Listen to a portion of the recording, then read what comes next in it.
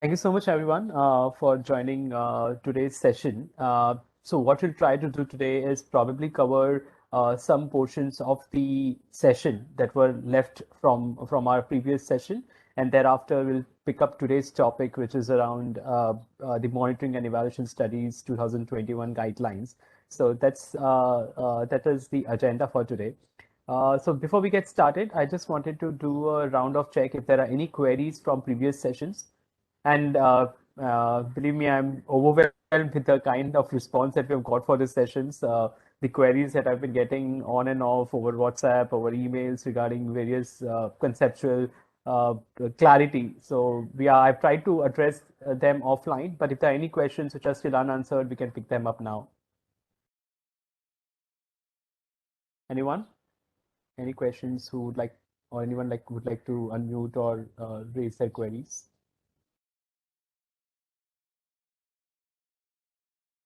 Okay. Paresh, Yeah. I want I wanted to ask Ronnie? about liquidated damages. So if the Mhm. consultant doesn't deliver on time or the quality is not right, then we forfeit the performance security or the full performance security, or we levy these liquidated damages 10% of the contract value and we appropriate it from the performance security. How does it happen? Thanks, Rani. I think very good question there. Probably we might be jumping a gun a bit with regards to those clauses. Probably we can pick them up towards the end of the session once we have covered all the clauses and we have covered the draft RFP template as well. But to answer query, probably in very brief. So yes, definitely liquidated damages allows you to recover 10% value of the agreement. The performance security, which is parked, basically it's a bank guarantee. It is parked with us, stands at, earlier it was 10% of the agreement. Later on, we had to revise it to 3% of the agreement, keeping in mind the COVID scenario and working capital arrangements to be done. So that's where you see a little inconsistency between the two clauses, performance security at 3% and liquidated damages at 10%. Now, those are nothing but guarantee money that is parked with us. We can choose to forfeit the entire amount or forfeit a part of that amount as far as it is against certain damages that have been caused to us. So let's say some pending payments or some overpayments that we have done. So we would want to, probably address that particular amount against this performance security in form of liquidated damages and then return the remaining amount back to the bidder or the applicant. So that's where these two clauses come into picture. What are the scenarios? What are the conditions under which this particular clauses come into effect is something we will discuss over the course of call-in session today. Does that answer query, Okay, Ronnie? yeah, thanks. Okay, so let's get started. So today's session, we'll try to cover a portion which is left from the previous session, and then we'll jump on to session 3, which is about the monitoring and evaluation studies guidelines.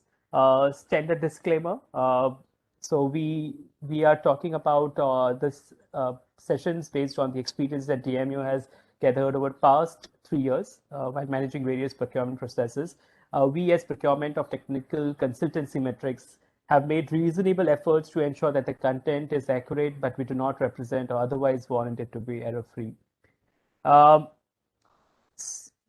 Last time, when we were talking about session 2, we had briefly covered model RFP for selection of technical consultant.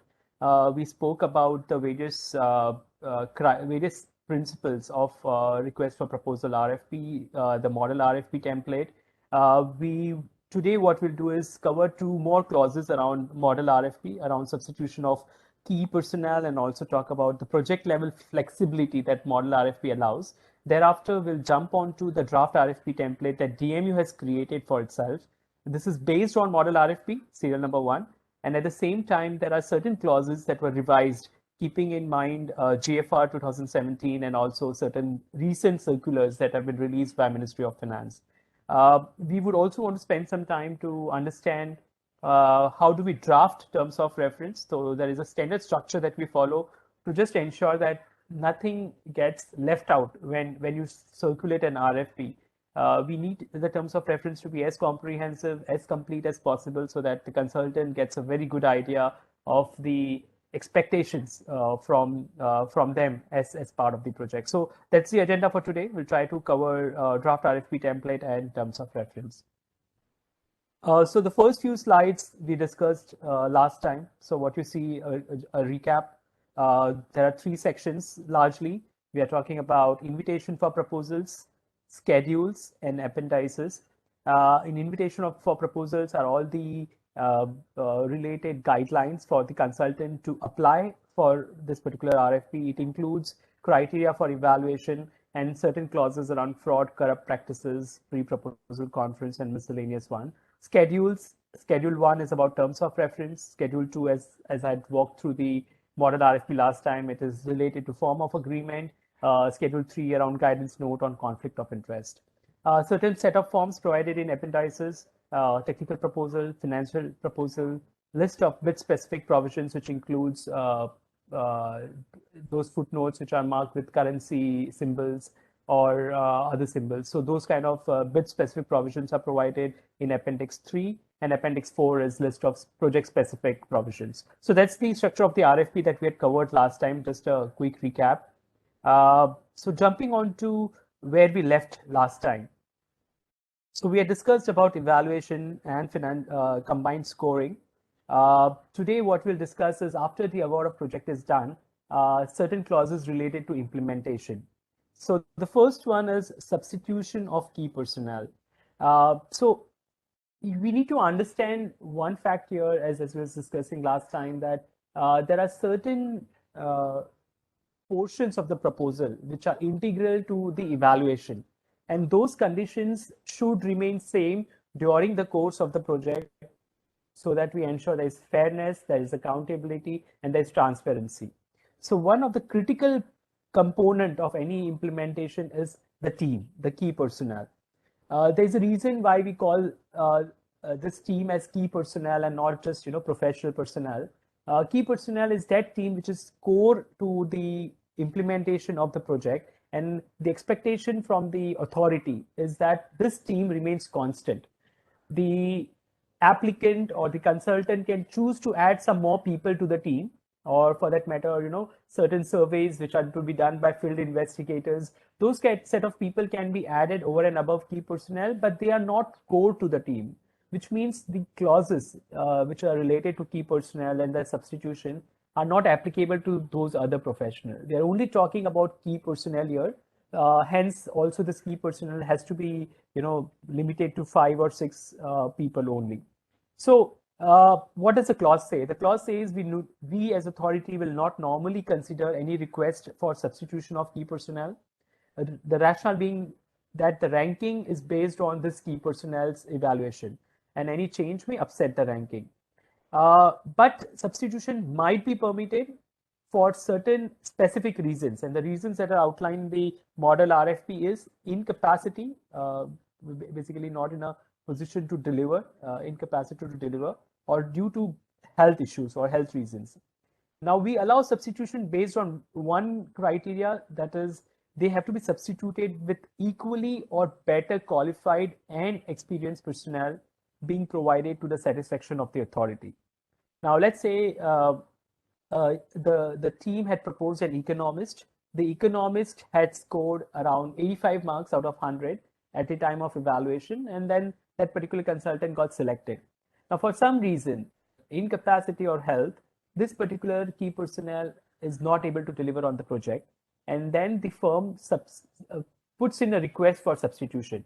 Now when they put in a request for substitution, the first thing that they need to do is give us a CV which is equally or better qualified. And how do we term this? We say that that person has to score at least 85 marks out of 100, because that is the score that the earlier economist had scored.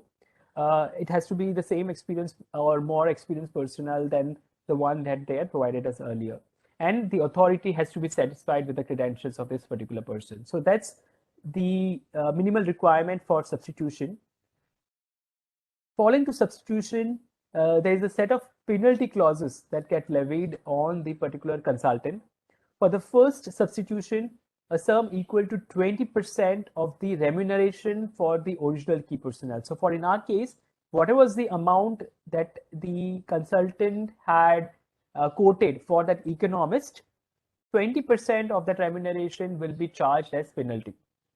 So that's the penalty clause for the first substitution, first key personnel. In case of second substitution, the deduction increases to 50%, and thereafter any other substitution may lead to disqualification or termination of the agreement. Team leader substitution is normally not considered, so we need to read very clearly this words. It says will not normally be considered. So under very exceptional circumstances with approval of competent authority, this might still be considered, but for our purposes, we will assume that team leader substitution is generally not allowed. Now, this is when the first three subpoints relate to the request of substitution coming in from the applicant or from the consultant. There is also a clause that we inserted after our experience from the UCSS studies. We mentioned that if we as authority are not satisfied with the performance of any key personnel, then we may also initiate a request for substitution. Which means, let's say the same example, we have an economist who scored 85 marks out of 100, and for some reason during the course of the assignment, we realized that this particular personnel is not contributing as much as we had envisaged, or for that matter, the amount of hours that he or she was supposed to put in are not being really put in by that particular key personnel. In that case, we can also request the consultant saying that this particular person has to be substituted. He hasn't delivered enough. And then this substitution also is subject to payment deductions as described in clause 2.26.2, which is same as brought in here, clause first 2 points on this slide. This is the substitution of key personnel clause. Team leader not generally entertained. The other key personnel, we may allow substitution for first and second time. Third time it leads to disqualification. So that's the clause on key personnel. Any question? Maitri, anything on the chat box?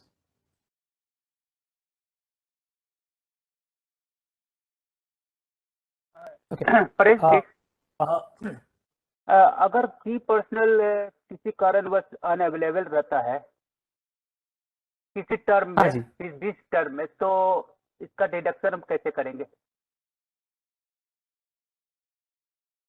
फिर से बताइए, अगर कोई की personal available नहीं है, हाँ, जैसे कि हमने तो उसका डिडक्शन हम कैसे करेंगे? यूसीएसएस में देखा था, किसी को मैंने डिडक्ट भी किया था, non availability of core team member.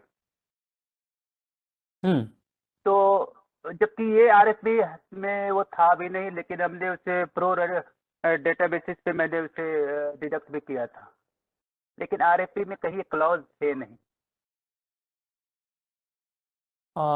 यूसीएसएस का एग्जांपल मुझे पता नहीं है, पर Shweta, if you have some visibility there you can pitch in here. But Manoj ji, हमारे केस में आरएफपी इज वेरी क्लियर। अब कोई भी, एंड यहाँ पे जो core team and non core team हमने यूसीएसएस में किया था वो स्लाइट मॉडिफिकेशन था, but model RFP does not talk about core and non core team. Model RFP just talks about की पर्सनल, और ये की पर्सनल का क्लॉज बहुत ही क्लियर है। अगर वो की पर्सनल का quote in the RFP was let's say 20 lakh rupees, economist था, उन्होंने बोला था कि ये 9 महीने काम करेगा और ये 20 लाख का इसका अमाउंट है। अब वो कभी भी during the duration of the tenure, कभी भी समझो 8th मंथ में भी वो अवेलेबल ना हो और कहीं किसी कारणवश हमें उसको अगर रिप्लेस करना पड़े, तो हम रिप्लेस करने को तैयार है, provided we get equally better qualified personnel. पर 8th month में, which means कहीं during the duration of the project he was found to be unavailable, or there were health issues, then it can be replaced with a second person, but the penalty will remain same, which is 20%. 20% into 20 lakh rupees, which means 4 lakh rupees is the penalty which we have to levy on this consultant. Yeah, the clause does not talk about any pro rata deductions.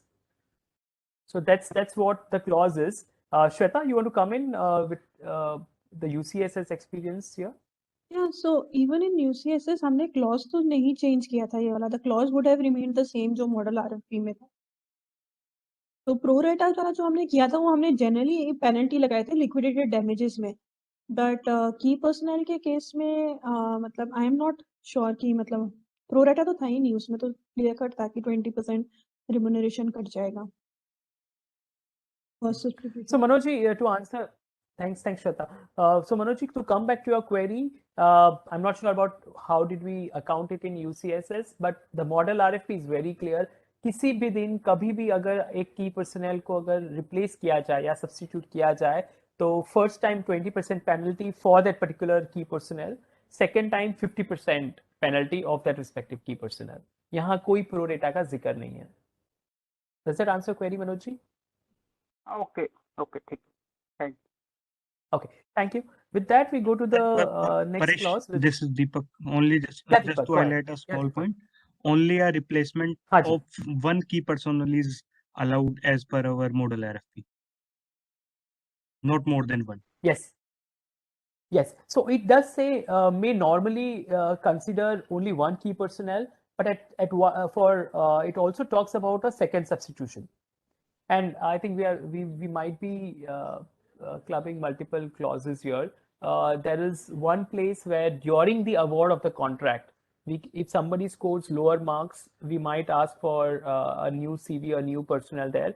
But in case of substitution of key personnel here, we might actually go to a second key personnel requirement substitution as well. And that time the deduction is 50%. Paresh, I think that is for the same key personnel.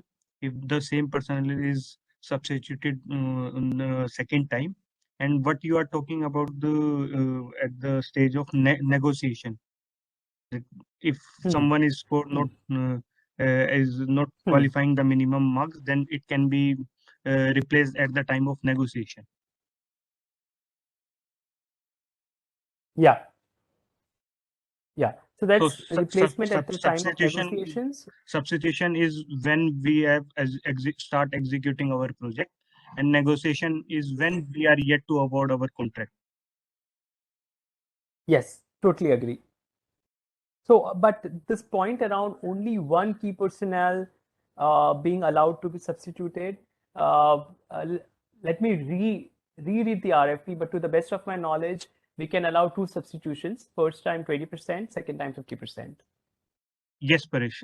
The clause number 2.25.1 says that. 6.2. Okay. So let's revisit this. I'll come back to the team in our subsequent meeting if it is restricted to only one key personnel, because to the best of my knowledge, clause 2.26.2 is very clear saying we can allow two substitutions. So let me come back to it. Let hold on to your query till then, Deepak. Okay. Any more queries?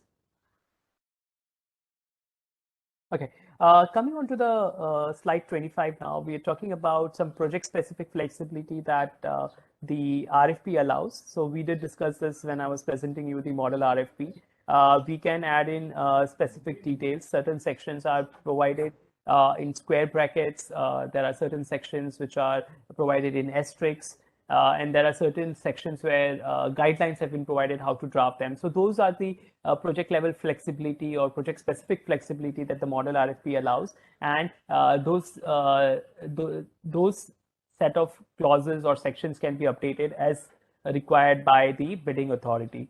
But one point to be kept in mind there, we have to be very careful with the language that we use, even in those flexible clauses.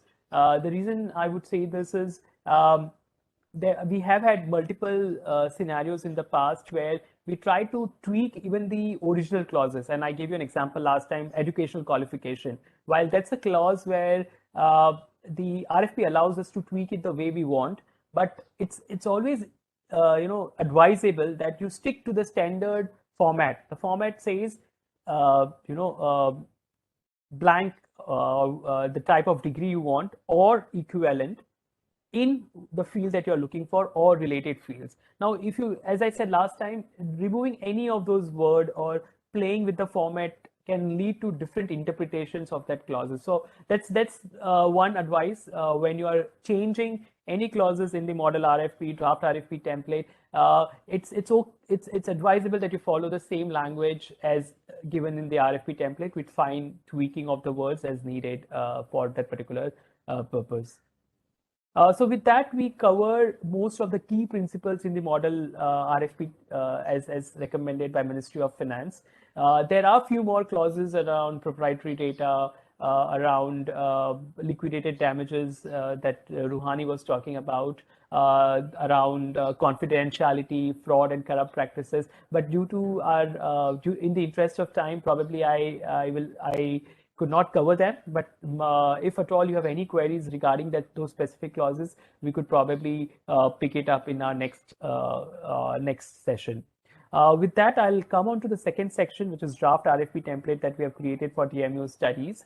And probably, Ruhani, your query around liquidated damages, I'll try to cover when I walk you through that RFP template. So what is this RFP template that we're talking about for DMEO's M&E studies? Typically, we should have one template recommended by Government of India for doing consultancy services.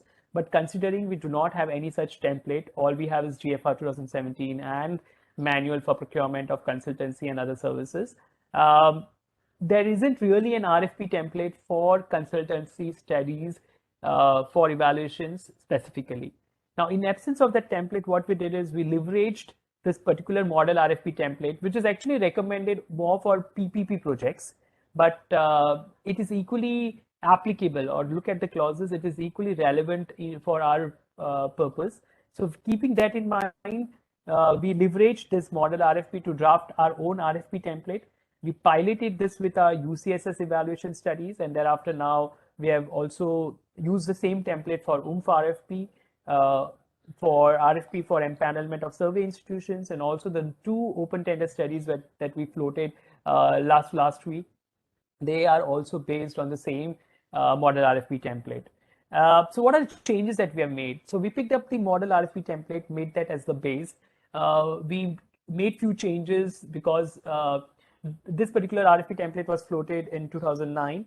The CPP portal, the GEM marketplace came into picture after that. So certain clauses where we were requiring them to submit hard copies, provide proposals in sealed envelopes, manually sign each page in blue ink, blue or black ink.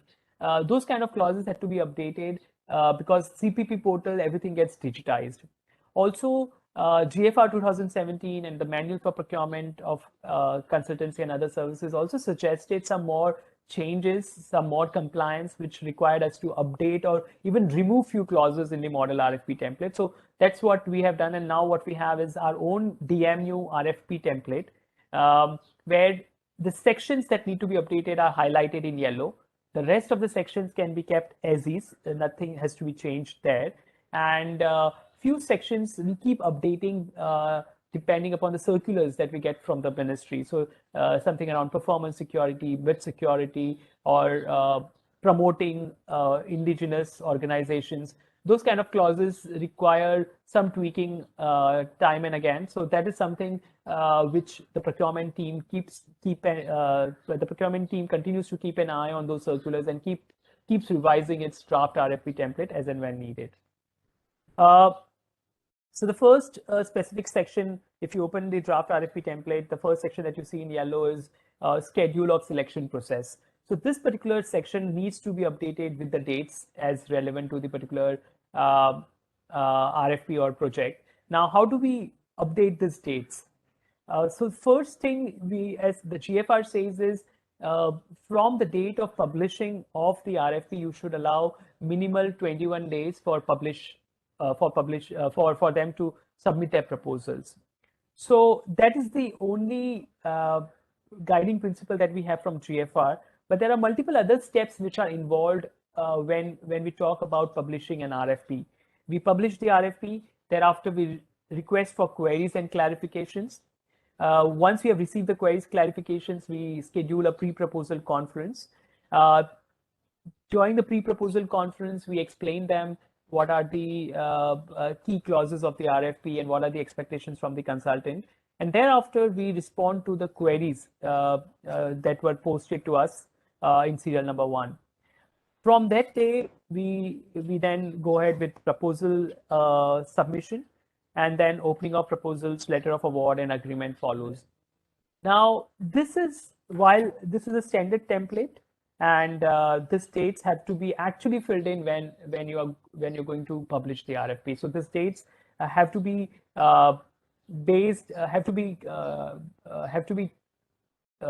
to put it, have to be made very specific. We can't just keep it as 20 days prior to PDD. So what I would suggest is agree on a proposal due date and do backward calculations to ensure that you have given enough time to all the bidders to submit their queries, and post you have, if at all there is a need for a corrigendum or any major change in the RFP, you have given enough time to the bidders to submit their proposals, and enough time here, as suggested by GFR, is 21 days. So this section needs to be updated whenever you try to draft the RFP. The second section that you need to update as part of the draft RFP template is key personnel.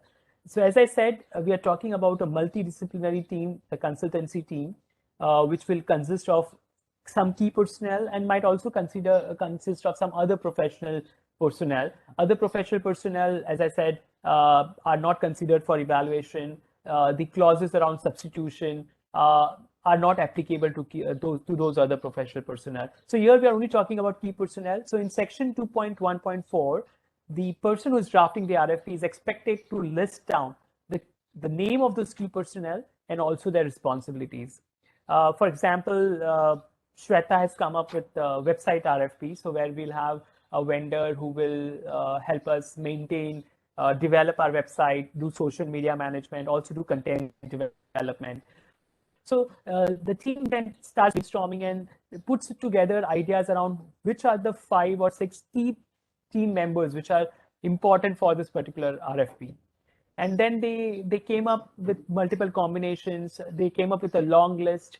They came up with the core, non-core, and finally they agreed on, Shweta, if I'm not mistaken, 5 key personnel, which has 1 team leader, 3 more co-team leaders or deputy team leaders, whatever you might call it, but having leading work streams. So 3 work stream leads, 1 for website development maintenance, 1 for content development, and 3rd for social media management. So you have 4 people, and the last one is the translator, because I think we see translation from English to Hindi as a key component of this website, and it warrants for a dedicated key personnel. So that's how the team came up with 5 key personnel. They also have recommendations for other professional personnel around probably somebody to look after testing, production, maybe content development. So all the team members will follow after that, but the key personnel here are restricted to 5. So that's how any RFP anyone would like to float, probably from a GIRG team or from a OOMF 2.0 team, or for that matter, even any of the evaluation studies will go ahead with. It's important that you ask yourself, which are those 5-6 members which are crucial and critical for the delivery of this project? And those have to be listed down here with their key responsibilities. Any questions? Shweta, you want to share anything, any thoughts here? So maybe Paresh would like to say why we need to limit to like a limited set of key personnel and why we did that division. So you can elaborate on that a little bit. Sure, Shweta. And I think here the manual for manual for procurement and consultancy is very clear. Let me see if I have a screenshot here which I could probably show you with the same language that Model RFP has put in. Just give me a second.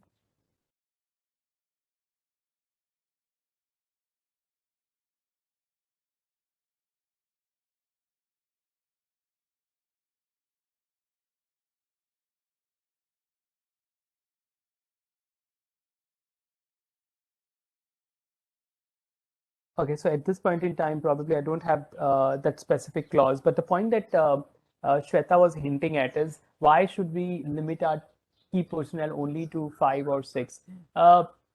So you have a choice. Let's say you have a 15-member team, you could make all of them as key personnel, but you should also be cognizant of the fact that the key personnel authority also has very limited bandwidth of oversight.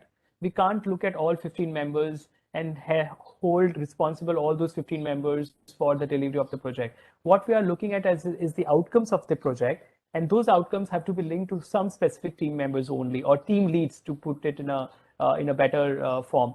So those team leads that we are looking at, or key personnel that we are looking at, should be 5 or 6, because those are the people whom we are going to talk to on a very daily basis.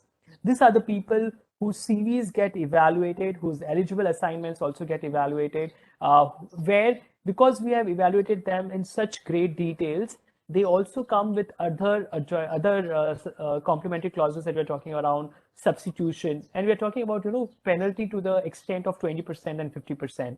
So if that's the case, we want to limit to only 5 people. We want to evaluate them in far more details. We want to call them for probably a presentation and see whether they're capable enough to present this particular project or deliver this project.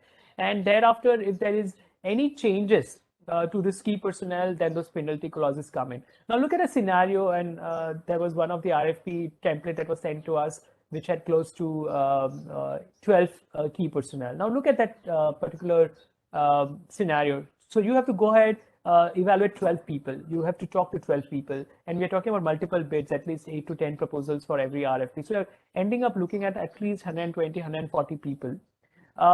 And then you are also scoring each of them. So the moment, it's like equity, more people coming in, and I'm not sure how many people are actually watching Shark Tank these days, but the more people you came in, it's also talking about dilution of equity. Same way, the more key personnel you bring in, it's also about dilution of the marks that you're going to score a team leader on. So if there are only 5 people, let's say 55 marks given to key personnel, the team leader is often gets around 12 to 15 marks. But the moment you have a 15-member long team, then you have the team leader might just get 5 or 7 marks, which is the key fulcrum of any assignment. So keeping those clauses in mind from an administrative perspective, from an implementation perspective, from evaluation perspective, and just from a tight review and monitoring perspective, the key personnel are restricted to 5. But the applicant is still free to add more people to their team, but they will all be classified as other professional personnel, and they can be substituted, replaced without any penalty clauses. But definitely, whenever a new person is added or removed, they need to get approval from the authority. So that's around key personnel.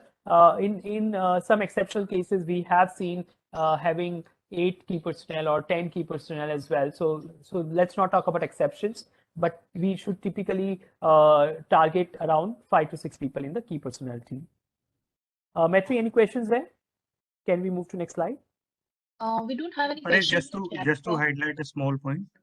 Yeah, in the Deepak, go ahead. RFP, we have around 11, 12 key personnel, and out of 4 are not qualified for the 65% of the minimum marks which we have required. So that's why we have the trouble in successfully hiring an agency in the establishment of program management unit for UMF.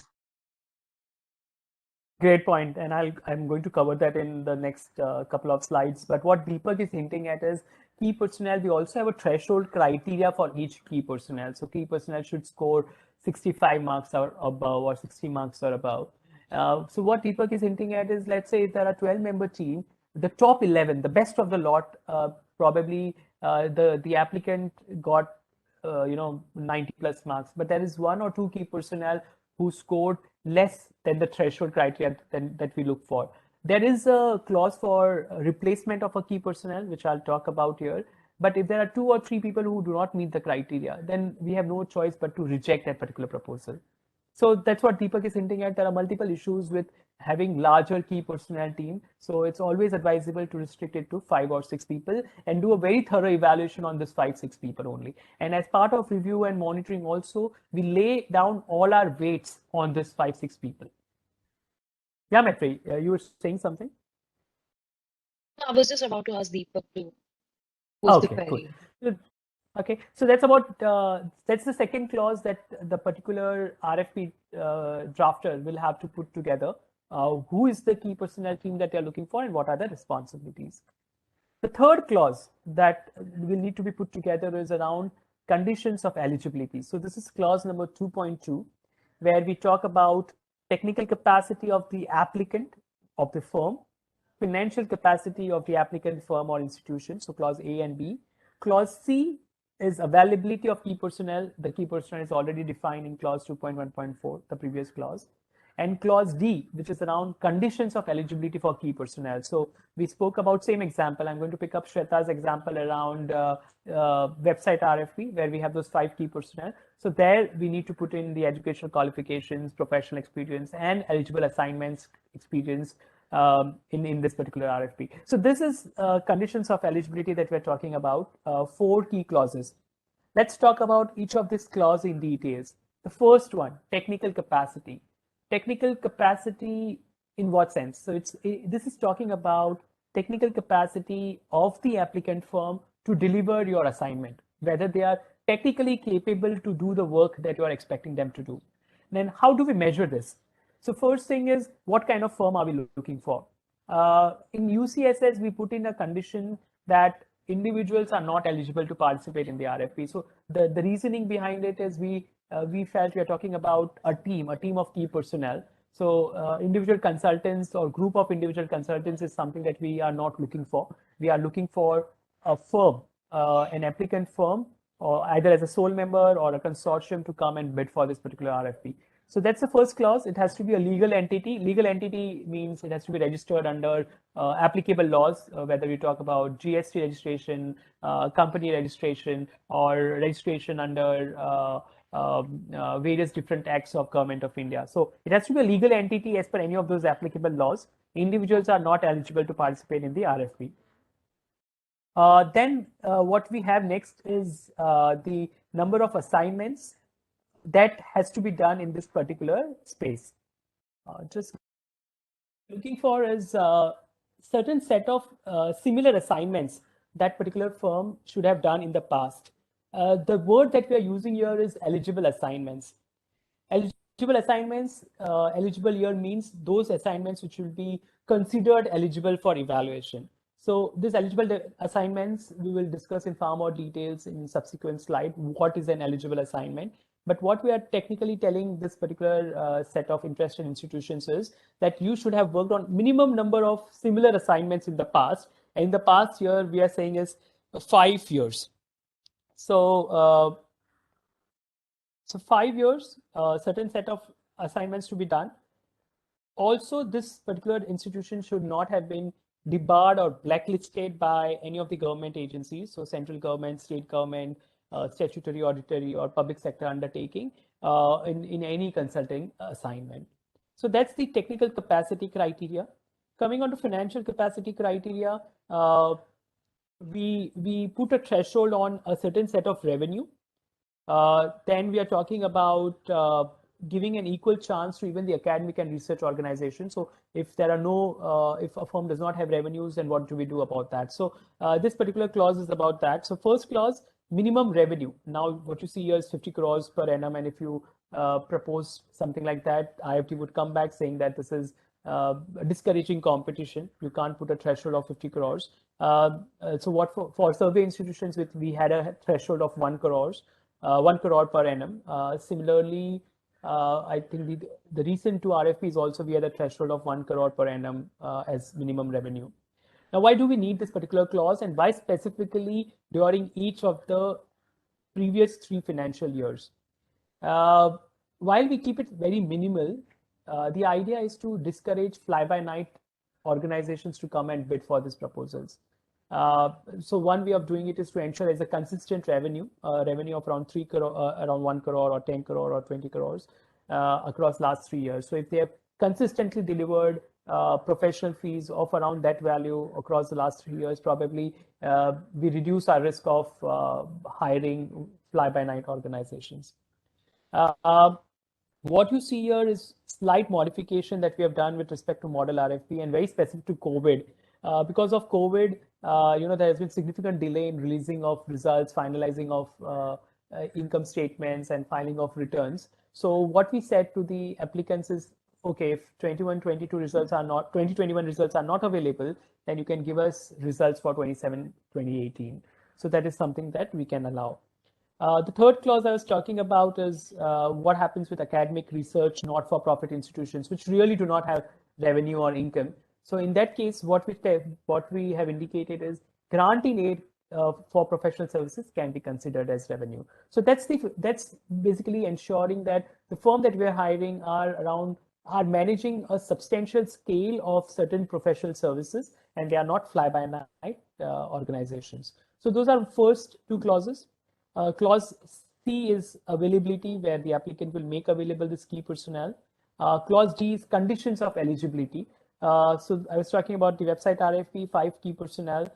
There we have to define what are the educational qualifications, length of professional experience that you're looking for, and experience on eligible assignments. Team leader, while there's no clear guidelines that, what are the qualifications that you should propose for each of your key personnel, but this has to be vetted with industry knowledge. If you're talking about a junior researcher and you're expecting him or her to be a PhD degree, probably that's not advisable. Similarly, if you have a junior economist, but the only qualification that you're looking for probably has to be economics, econometrics. There you can't allow somebody with agriculture or somebody with psychology, or for that matter, let's say automotive engineering. We have had examples where automotive engineers were presented as economists. So those kind of things have to be taken into consideration when you define those minimum educational qualifications. Which degree, whether it's a graduate, master's, or PhD, graduate, bachelor's or master's or PhD degree, in which field that you're looking for, and or related fields get qualified there. Length of professional experience, again, this can range for very senior people, it can range to 15 plus years. For junior people, it can be around 4 to 5 years as well. Again, this has to be vetted with industry knowledge, whether that particular person for that particular role, what is the optimal professional experience that you are looking for. Experience on eligible assignments. So similar to what we have criteria for our applicant firm, that they should have worked, in this case, we have put 5 eligible assignments or 5 assignments of similar nature. We can put restrictions on our key personnel as well. Let's say team leader should also have worked on at least 3 such assignments in the past, or should have led 3 eligible assignments in the past. So those kind of conditions can be put in this particular clause. Before I open up for question, I just wanted to spend some time to explain what an eligible assignment is and how it has to be drafted. So in the eligible assignment, what are we looking for? We are saying for the project that we are trying to award, these are assignments that we will consider for evaluation. These assignments have to be of very similar nature to the project that we are trying to award. Now, what are those criteria or conditions that you can put in eligible assignments? One, geography. If you feel a project has the assignment that you're going to consider as relevant has to be in Indian subcontinent, because India has its own different set of complexities. So you can put a condition saying that the assignments should also be done in an Indian subcontinent. For that matter, an evaluation study done for a scheme in Europe might not be as relevant to Indian context, so might not be considered. So those kind of things, then you can put restrictions on the geography. Second condition that you could put is on the nature of the assignment. Are you looking for advisory role, a consulting role, or you're looking for survey, data collection, qualitative, quantitative surveys kind of a role, or for that matter, in case of website RFP, you're looking for somebody who has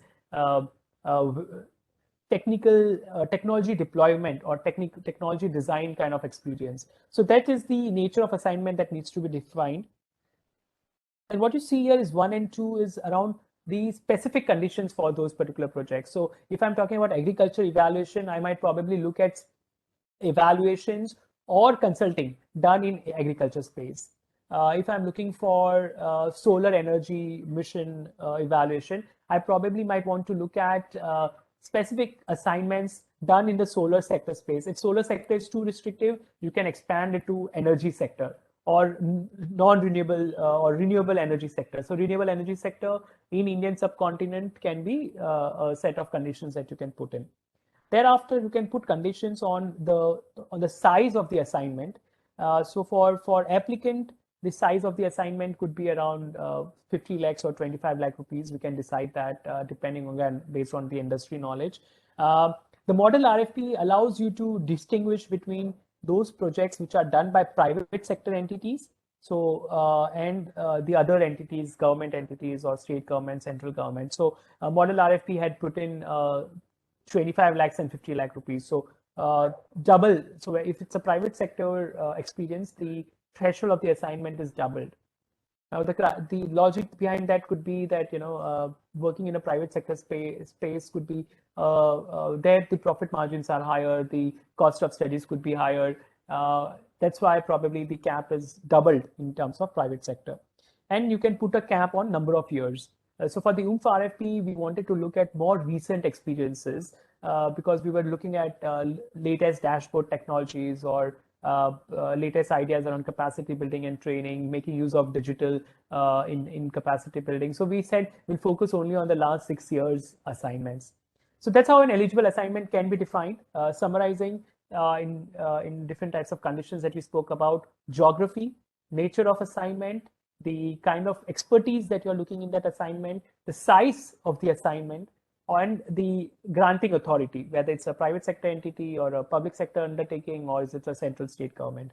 That's how you will define the eligible assignments in clause 3.1.4. Coming to clause 3.1.3, this is where you detail down what is going to be our evaluation criteria. And roughly in the previous slide, I had provided you what is the guidance that we have from the manual for consultancy. In our draft RFP, we have kept 25 marks to the applicant's experience, 20 marks to proposed methodology and work plan, which is submitted in form of a write-up or in form of a presentation. And we can actually call them to give us a virtual or a physical presentation as well, where we can interact with their key personnel. And 55 marks are given to the core team. The idea or rationale behind this is the kind of work that we are looking for, the consultancy expertise that we are looking for, or the knowledge nature of the work that we are envisaging, it will all boil down to the team that we have. Hence, it's important that we give a due weightage to the key personnel. In our case, we have given 55 marks to the key personnel. So that's the criteria. We can tweak it a bit here and there, plus minus 5, plus minus 10 marks, but make sure that we comply with the guidelines that we have in the manual for consultancy and other services. Before I jump on to terms of reference, let me quickly check if there are any questions on any of the clauses that we just discussed around conditions of eligibility and criteria for evaluation. Maitri, any questions on the chat box? Nothing as of now, Paresh. Paresh, just to remind you one point, we have put a cap on the eligible assignments. For applicant, it is 25 in the recently floated RFP, and for key personnel, it is 15. Deepak, let's restrict ourselves to the basic discussions now. For that matter, in the RFP, we were discussing to keep a cap, but we haven't actually put a cap there. So an applicant can submit as much assignments that they would like to. But for a larger audience, I think what Deepak is hinting here at is often we have faced scenarios where the big consulting firms end up sending us close to 80, 90, 100 assignments. Now that could be a little unfair to the new upcoming firms or for that matter research academic organizations. So what we were envisaging is we might want to put a cap on maximum number of assignments. And there's a logic to it. Let's say if the maximum cap, as Deepak was talking about, let's say we put a cap on 25 assignments for the applicant. Now a person who has shown their a firm who has shown its expertise in 25 assignments. Now that incremental marginal utility from 25th assignment to 85th assignment or 95th assignment is very minimal. So what we are saying is we'll drop a cap there that anyone who has done 25 assignments probably we'll get those maximum marks that we are looking. 25 or 30, we can define the cap. But this is to ensure that we do not skew our entire results in favor of few large applicant firms. And again, once somebody has done 5 assignments, 10 assignments, or 25 assignments, and thereafter the marginal utility of every new assignment is next to 0. So that's the idea of capping it. We haven't really introduced it into our DMEO RFP template as of now. We plan to do it in our subsequent iterations. Thanks, Deepak, for pointing that out. Any other question? Anyone? Okay. So with that, I come to the last clause in our draft RFP template before I actually show you the Word document. We are talking about terms of reference. So we have created a draft structure for our team to put those terms of reference together. I will not get into the detailed language under each of these sections, but largely I wanted to talk about the flow of these terms of reference. So the terms of reference starts with giving a background of the study or background of the sector that you want to conduct the study in. Then jump on the objectives of the study. 3 and 4 talks about the approach, methodology, and what is in scope and what is not in scope. So that has to be very clearly detailed out in this particular sections. So let's say in evaluation study, the approach could be starting with a secondary literature survey, systematic review, meta review analysis, followed by a primary data collection methodology, followed by triangulation of all this analysis. Basically, a mixed methods approach is what we probably are hinting at. And then clause 4 talks about individual services under each of this methodology or approach that we are following in.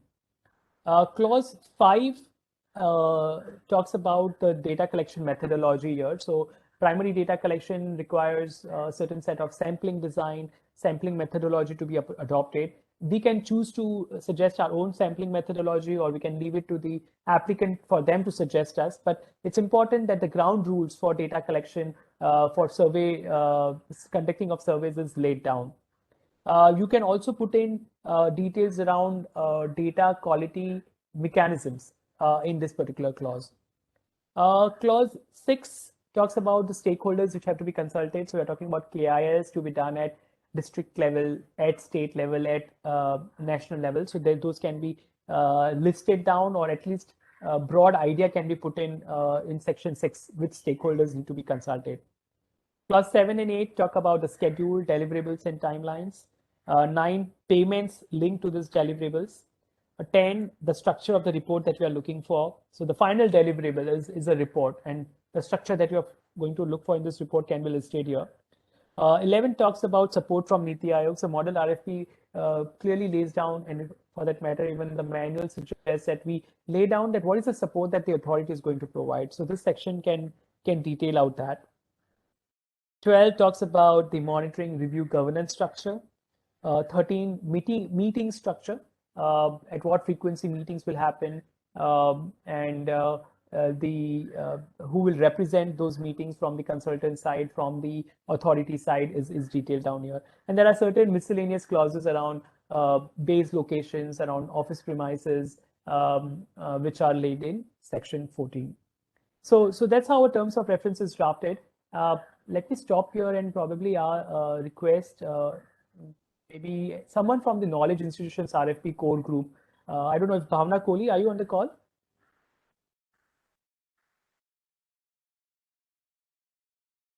Hello. Bhavna? Hello. Yeah, Bhavna. Yeah, hi Paresh, Can I'm you hear there. us? Yeah, I can hear you. Okay, so Bhavna, perfect. Bhavna, can you just, in next, 1 minute, share your experience about, because I think it was first time that you started drafting terms of reference for an RFP. So, and I think the draft RFP that the team has put together is in excellent shape. Actually, we have shared it with the senior team for their feedback now. But do you want to talk about your experience in writing terms of reference, some do's and don'ts? So actually, I think you've covered most of the things, but yeah, some of the things probably that, our team felt while writing the RFP were that one, we were trying to make the terms and conditions as comprehensive as possible. which means that any possible scenario in the future, which would vary by project, we had to almost imagine all the possibilities and put in the concepts as well as the language in a manner that it covers those possibilities in future. So that was one aspect which we tried to build in. And apart from that, I think Paresh, maybe if you would like to flag something in particular that you want me to talk about. Bhavna, can you talk about the process bit? How did you go about drafting this RFP? Because there's a lot of brainstorming which is involved. So if you Yeah. can just, share how this team was put together and how did you share ideas and how did you have these consultations within your core group before you floated this RFP terms of Okay, reference? sure. So, to begin with, I think the team that was nominated, it was a bit diverse in the sense that it had people from evaluations, it had people from procurement, from monitoring, and the idea was to get everybody's insights on board because the particular projects which they are handling are quite different, and the scope of knowledge services which such projects would need are best known to the verticals that are handling it. So to begin with, I think that was the first step to put together a diverse team. After that, Paresh, took the lead and he shared with us a draft RFP. And this was shared among all of us, and we then started working on this Google document. So to start with, we were all working separately in the sense that we read the document with an open mind without any influence of any other team member, and we put in our comments in suggestion mode. And after that, once all the team members had put in their comments, then, Paresh would convene a discussion call. Several such discussion calls happened actually, where we would then brainstorm why a particular suggestion, why a particular clause was inserted, and why should it not be thought of in another way. And I think that was a great exercise because we could then bring in insights from all the team members, understand all possibilities, like I had mentioned previously, understand all possibilities and make them a part of the RFP. And after these discussion calls, most of the doubts, etc., were resolved. And then, Paresh would accept the suggestions wherever needed. So I think this process, it really helped to make sure that everybody's points of view and insights were on board. And at the same time, there was agreement and consensus among all members who were representatives of the different verticals of DMEO. Thank you so much, Bhavna. Shweta, can I also ask you to, in quick 1 minute, also talk about your process, your experience in drafting terms of reference for the website RFP, the kind of consultations that you have had with Time COE, with websites team, and all the other team members? Sure. So for our terms of reference, we actually first of all looked at similar RFPs and TORs that had been drafted by organizations like MITI, NIC, Invest India, and we went through a lot of them to see which one was more comprehensive and where the scope of services were similar to the ones that we also wanted.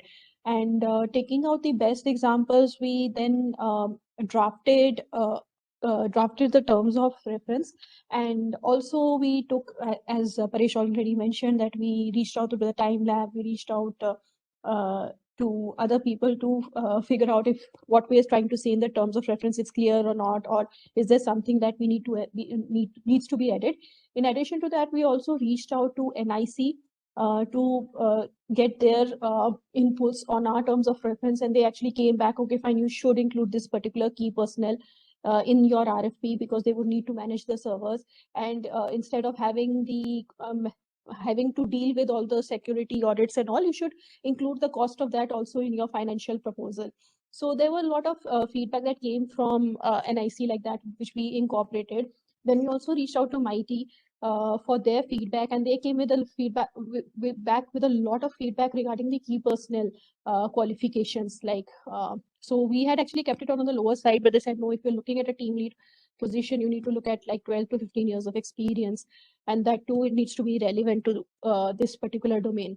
So based on that feedback, because we did not have the technical expertise to say to understand the technical aspects of the website, social media, and content management, but by group sourcing and getting feedback and reviews, etc., I think we were able to put the terms of reference and RFP together quite well. Thank you so much, Shweta. And I'm sure, you know, the website RFP itself, the kind of comprehensiveness that you've tried to put it into the RFP, it's first of its kind. And we are looking at 3 different objectives being addressed in the same RFP, which is not a usual case in award of technical studies. So, so the reason I'd asked Shweta and Bhavna to talk about their experience with drafting terms of references, you know, the most important part of any RFP is the terms of reference. Because this is going to be the kind of activities or setting up expectations with the consultant. So it's important that before you even start reading an RFP or talking about key personnel or talking about their qualifications or, you know, what should be the threshold of the applicant firm, before even getting there, I think the first thing that the team needs to do is brainstorm and finalize the terms of reference. Until you do not get the terms of reference right, you cannot get the other clauses right. A lot of our other details, other clauses fit in through this terms of reference. So again, the suggestion, and what I'm going to do is what you see on the screen is the draft RFP template. It runs into 98 pages. So we'll talk about how do we use this draft RFP template. How do you prepare an RFP? But yes, the first advice is get your terms of reference right. Discuss with all the stakeholders, whether within DMEO, within Niti Aayog, or you might also have to reach out to, so for survey institutions, we actually spoke to RBI, we spoke to IITS, who manages NFHS, we spoke to Ministry of Tourism, we also held consultations with private sector where we invited Kanta Retail and other firms to provide us some feedback on our RFP. So it's important to have wide range of consultations before you get before you get your terms of reference right, and then you get onto updating the other clauses. Shweta? Yeah, Paresh, I would request you to kind of reiterate the point that I think you made during the first day last week when you talked about what should be within the scope of services and what should not be within the scope of services. You covered it briefly on the first day. Yes. Thanks, Shweta, for reminding me that. What we are talking about when we write terms of reference, I think, and again, Bhavna was talking about the same thing.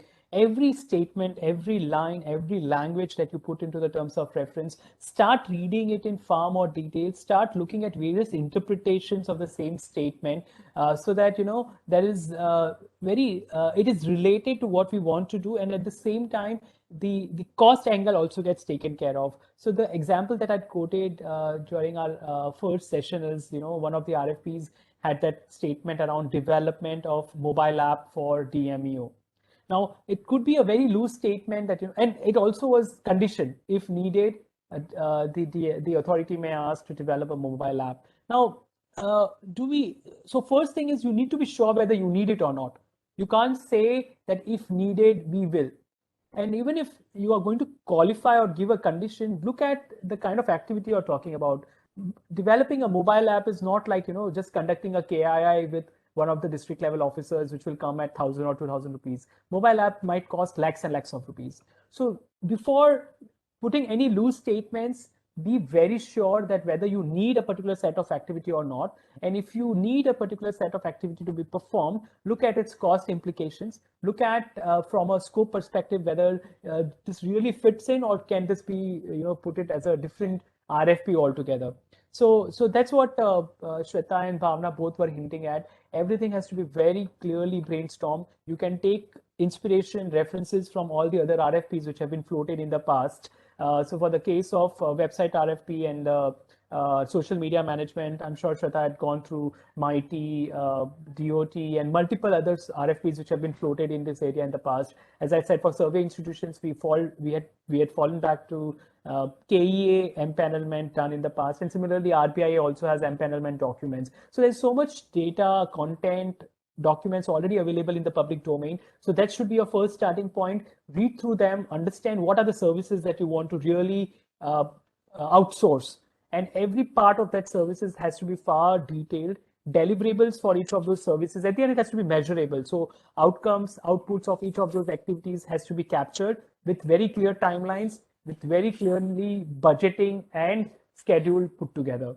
So that's the idea. Shweta, I hope I've covered all, or is there any other specific point that you wanted me to emphasize? So I think I wanted to so that day I think Paresh had mentioned that you should not try to stuff everything into your terms of reference. So he said it in a better way than I did, but he articulated a bit better. But what happens is that when we make a terms of reference, we tend to get very aspirational.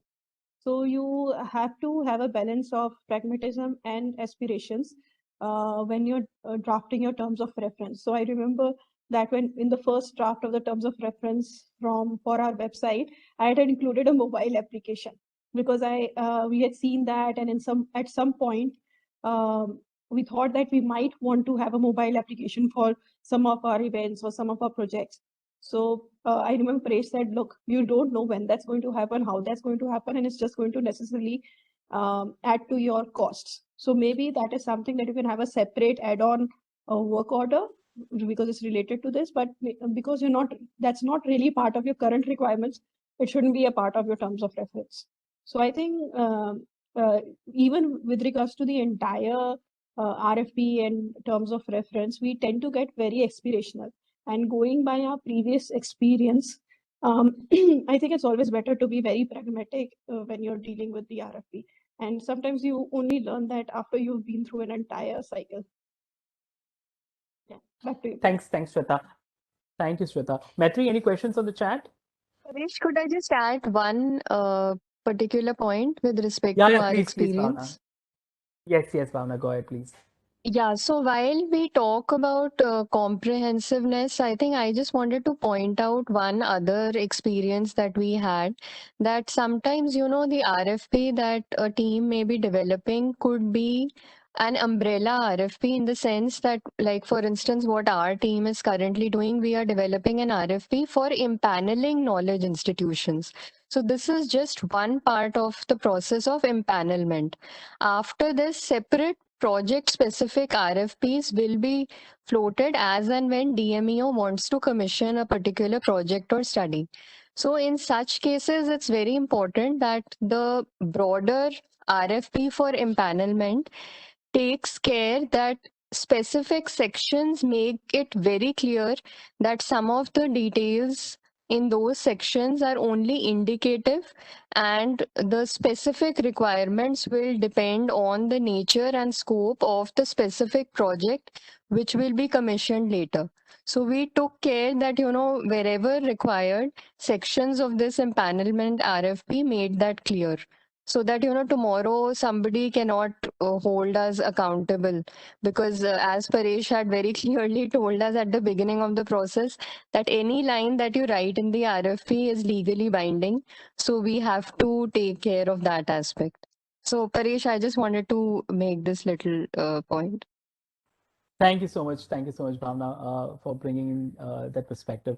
So coming back to draft RFP, so I think I spoke for long in the last 1 hour, and it's okay if some of you found it overwhelming and could not register a lot. But what I would suggest is if you can pay attention for the next 2 minutes on this RFP template, so that whenever you have to prepare an RFP, you can start with this particular document and just fill in the details, follow the instructions provided in the comments, and then you will find your way out of this getting the RFP together for whatever purpose that you're putting this together on. So as we earlier discussed, so this particular draft RFP template is created for DMEO, for DMEO's monitoring and evaluation purposes. It mirrors the model RFP template. And wherever the changes have been made, they have been made either for CPP portal procurement compliance perspective, or compliance to GFR 2017 and other manuals that have been released thereafter. Now, let's say if you were to draft an RFP for one of the evaluation studies, or GIRG wants support in drafting reforms for growth or methodology for any index, what they can do is they can pick up this particular RFP template. The first thing that they do is they should go to the terms of reference and start updating this. We have spoken at length that how terms of reference has to be brainstormed between the team, consultations have to be scheduled, have to be thought through, deliberated, and then this terms of reference has to be put together. So that's the first task: put in this contents, update the terms of reference as envisaged for that particular project. Now, after you have done that, then you get on to updating specific clauses. And I spoke about 4 specific clauses that you need to update for that particular RFP. So we'll talk about them in details now. So those sections have been highlighted in yellow. The file number, this you will get it from your e-file reference. Date is automatically updated. Procurement publishing date, as I've spoken about, from a schedule of selection process, that needs to be updated. So this is the first section. The dates need to be updated. Key personnel and their responsibilities. Clause 2.2.2 around conditions of minimum eligibility of applicants, technical capacity, financial capacity, conditions of eligibility, even minimum educational qualifications. For some reason, if you forget that format tomorrow, Bhavna has made it simpler for you. She has registered the comment here. So stick to following that standard template and standard language when you update any of these clauses. And then we come on to criteria for evaluation. That's clause number 3.1.3. Yeah.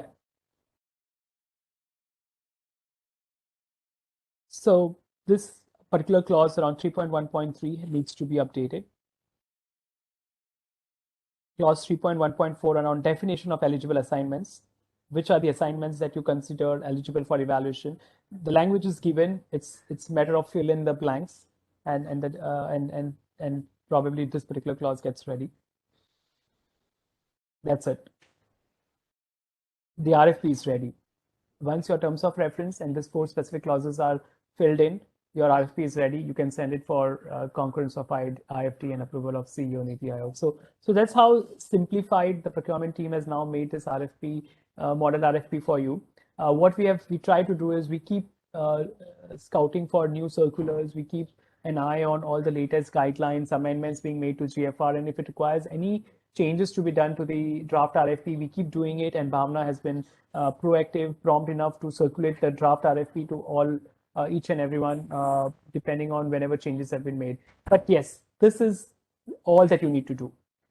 Even if you do not have a very good understanding of each of these clauses, or probably you'll develop an understanding of these clauses over time, you can still go ahead, draft an RFP, terms of reference, and those 4 specific clauses around responsibilities of key personnel, their eligibility criteria, and their criteria for evaluation. That is all that is needed. So now let me pause in a bit to focus on 2 specific clauses that we had briefly discussed in earlier part of the session. So Ruhani, you spoke about liquidated damages. Now these are all standard clauses. So this is 7.2 clause in the clause 7.2 of the agreement. And yes, it talks about subject to a maximum of 10% of the agreement value. For delay, it is 1% of the agreement value per week. And this encashment and appropriation of performance security against its liquidated damages is detailed out in clause 7.23.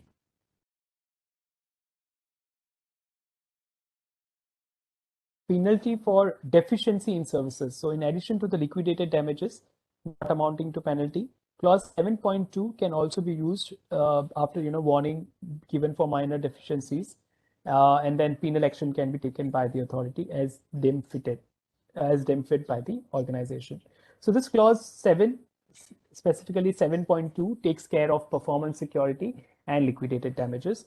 Earlier, the model RFP actually says this has to be 10%, but as you look from the comments from IFT here, this particular OM dated 9th April 2020 had requested us to reduce this to 3%.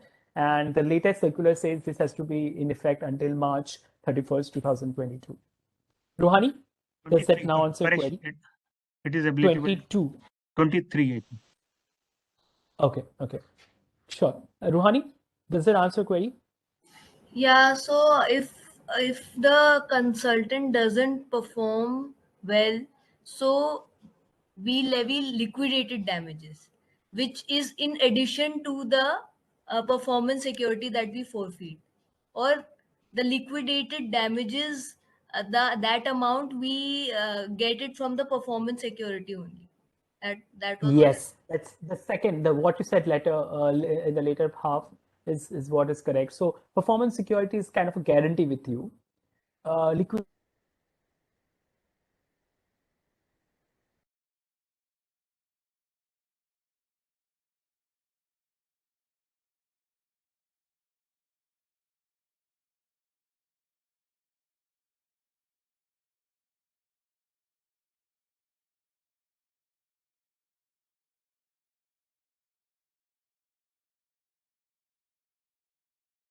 Ruhani, does that clarify?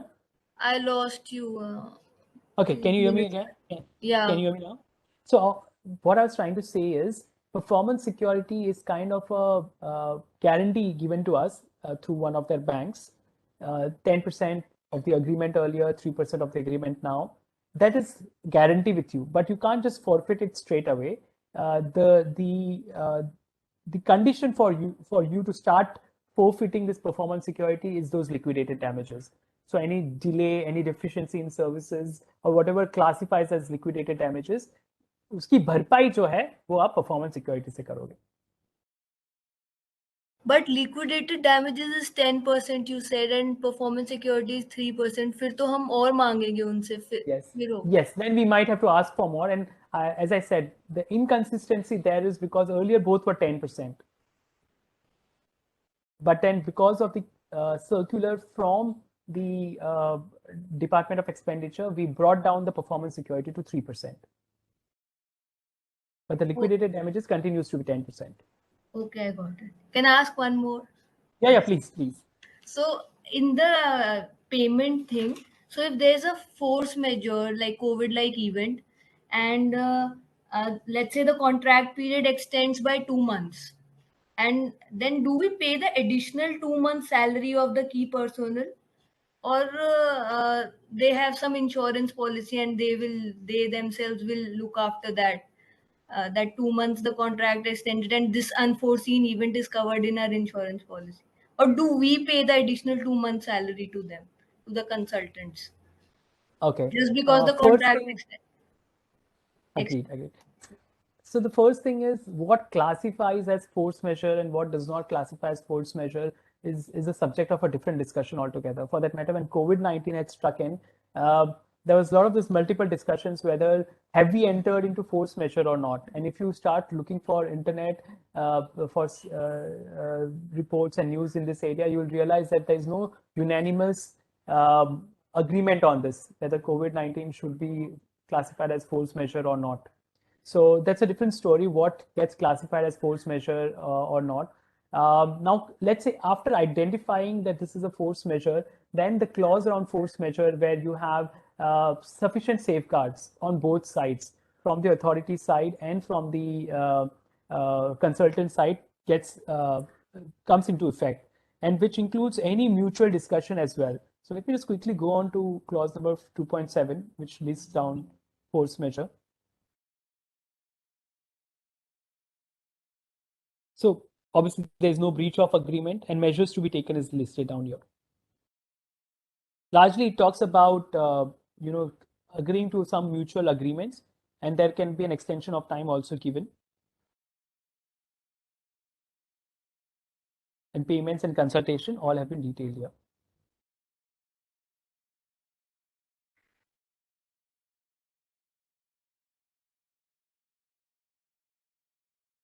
Largely it talks about mutual consulting, like if you look at the last part also, the parties shall consult with each other with a view to agreeing on appropriate. No, in this 2.7.5 it's written that we have to, the authority has to reimburse the additional costs incurred. So Yeah. if So additional cost is also a defined term. So if you look at the financial proposal, additional cost talks about the travel cost, domestic travel expenses. So that is something that we have to necessarily reimburse. so these unforeseen events shouldn't be, they be considered under insurance and not under this. So the insurance that we're talking about is more for our subcontractors, for our key personnel. We're not talking about insurance of a particular project. Okay. So I can also go back to insurance, is about talking more about the health insurance of the key personnel. Okay. But largely the force measure is whatever decision has to be taken has to be done with mutual agreement. And if we pay the additional cost, does that mean that the contract value increases and so they'll have to pay more additional performance security, 3% of the contract value? Okay, Or so no? those all become addendum and additional work orders, or so that those are the additions that are made to the agreement, and then all these things can be rethought through. कि ये नया work order का इतना part बढ़ गया है तो इसका क्या performance security additional देना पड़ेगा. Those kind of have to be rediscussed. It's a new agreement altogether. Okay. Right? So it has to be rethought through. This agreement ka scope is, as far as the situation and the circumstances remain normal, this we are bounded by this agreement, right? But the moment there is a force measure kind of a situation, then what we're saying, anything that happens after that is not breach of agreement. We need to discuss to agree on time. We need to discuss to agree on deliverables. Okay. And agree on payments. Okay. Okay, does that answer your query? Yes. See, this is the clause which is the key one, no breach of agreement. The failure of a party to fulfill any of its obligations hereunder shall not be considered to be a breach or default under this agreement insofar as such inability arises from an event of force majeure. This is the clause which gives a blanket protection in the case of force majeure to either parties. Okay. Okay. Any other question? Anyone else?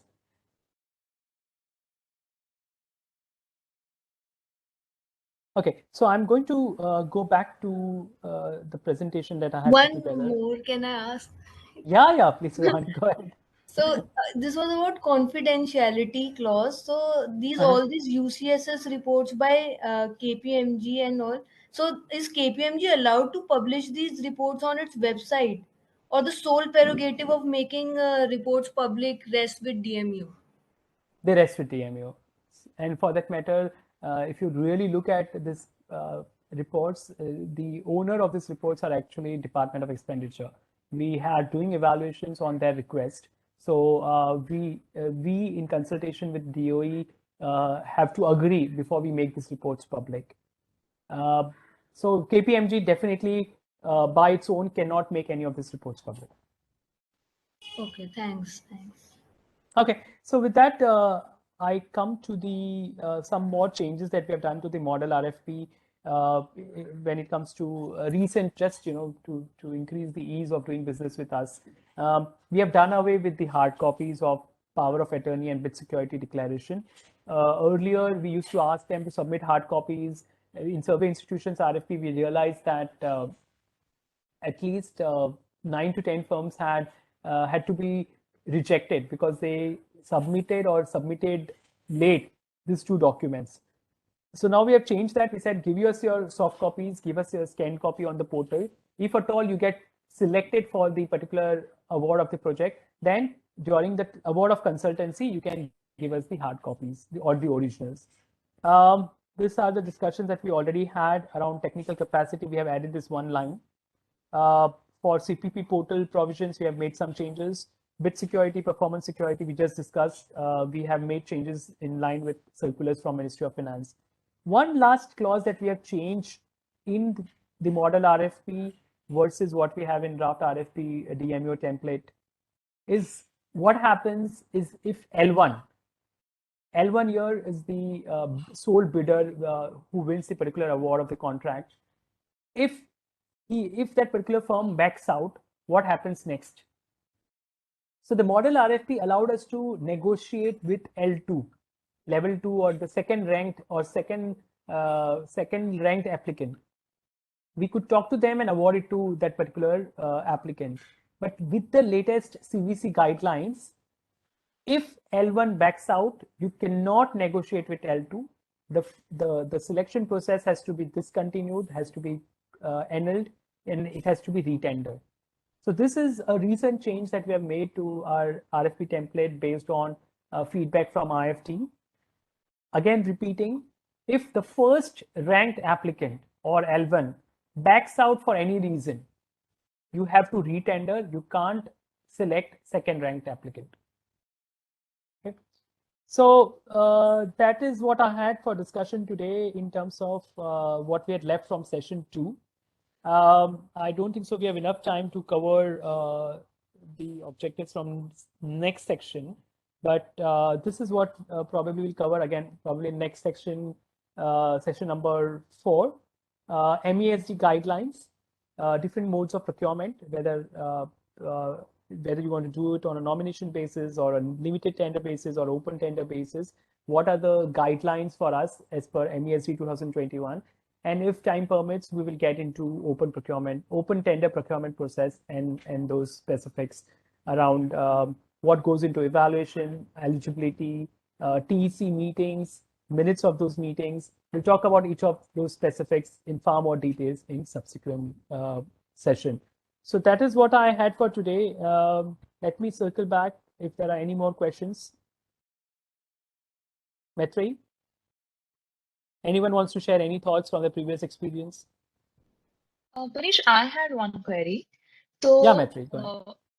I remember that we had this one applicant where the educational qualification was mentioned as master's degree only, but the professor in their name had doctor. So we seek clarification from them. So my question is, in what circumstances can we seek clarifications on the documentation that the institute has submitted? Thanks, Maitre.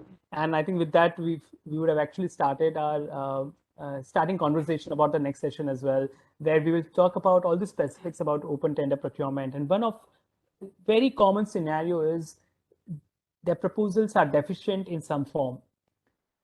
Deficiencies could be some forms altogether missing, or could be certain specific details not available. The point like Maitre mentioned, we asked for a PhD degree.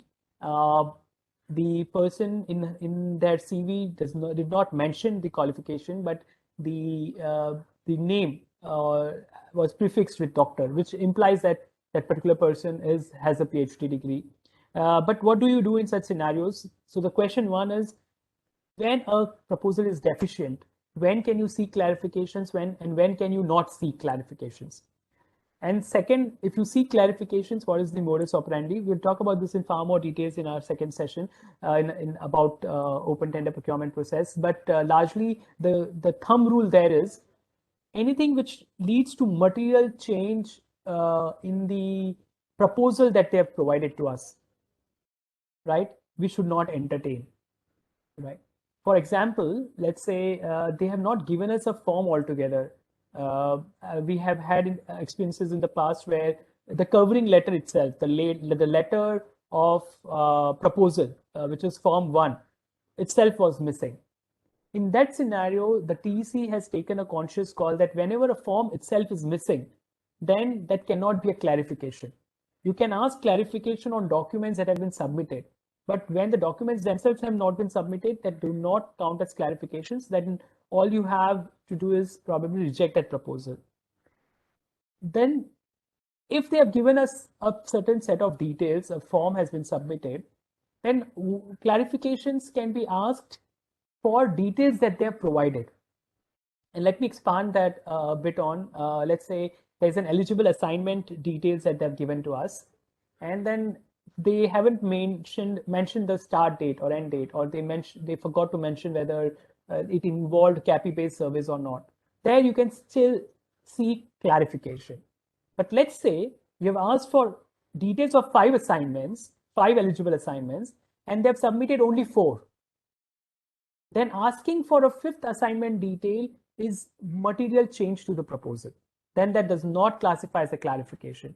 In that case, again, you are left with little option but to reject the proposal, saying that we had asked for 5 assignments and they provided us only 4. Now this particular will come with experience. I'm what 1.5 years old into this procurement space. I also struggle, and the best thing to do is any such things you can go back to TEC, and TEC is always there to guide us. So TEC can guide you what is material change, what is not material change, and at the end the scoring should not change based on clarifications. That's the other guiding principle for us. So no matter whatever clarifications you are asking, those clarifications can help clear the eligibility gate. But when it comes to evaluation, the scoring with clarifications, without clarifications should have remained same. So that's the other guiding principle that we have. Maitreyi, does that answer your query? And we'll talk about this in far more details in our next session.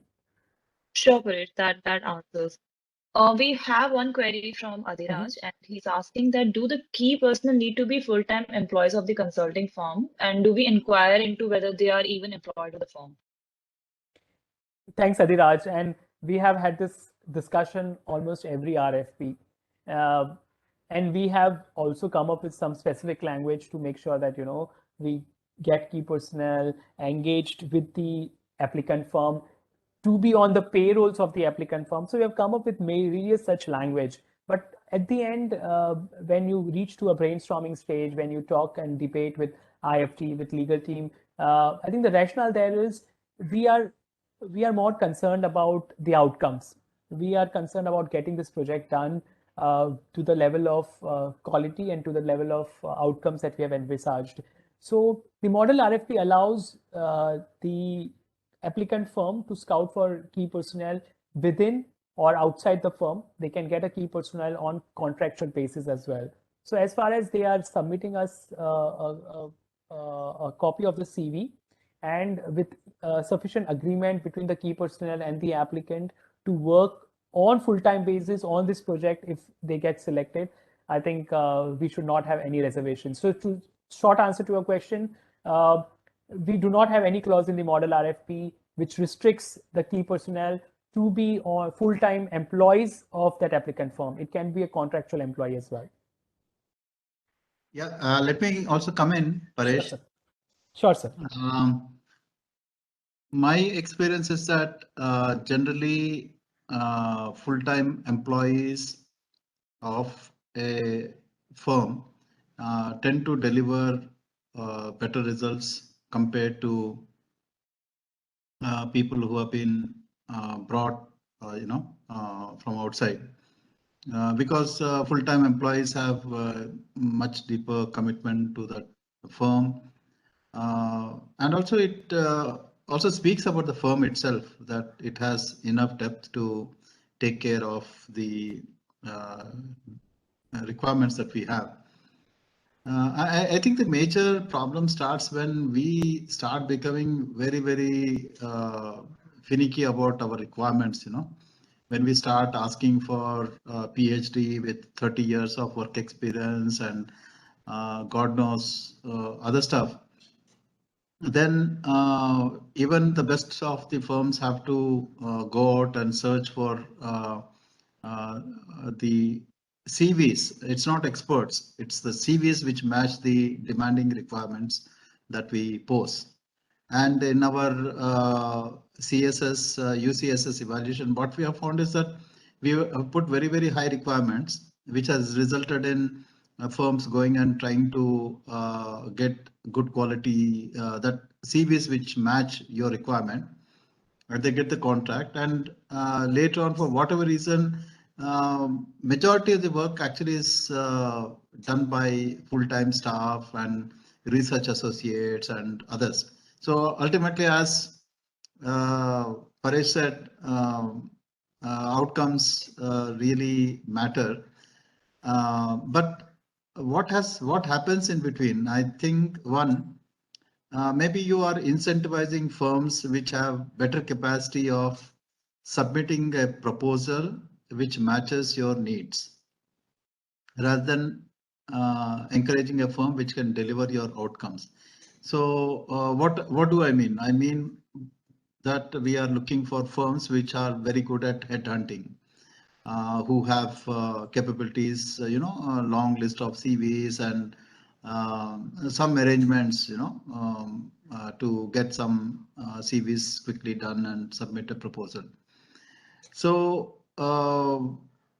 this means, as Paresh said, that we can't insist on. In Asian Development Bank also, initial few years, there were additional score for full-time staff. But later on, I think someone challenged it and it was done away with. So how can you actually, like my own experiences, it's ultimately the firm who care for long-term reputation are the ones who will try to deliver.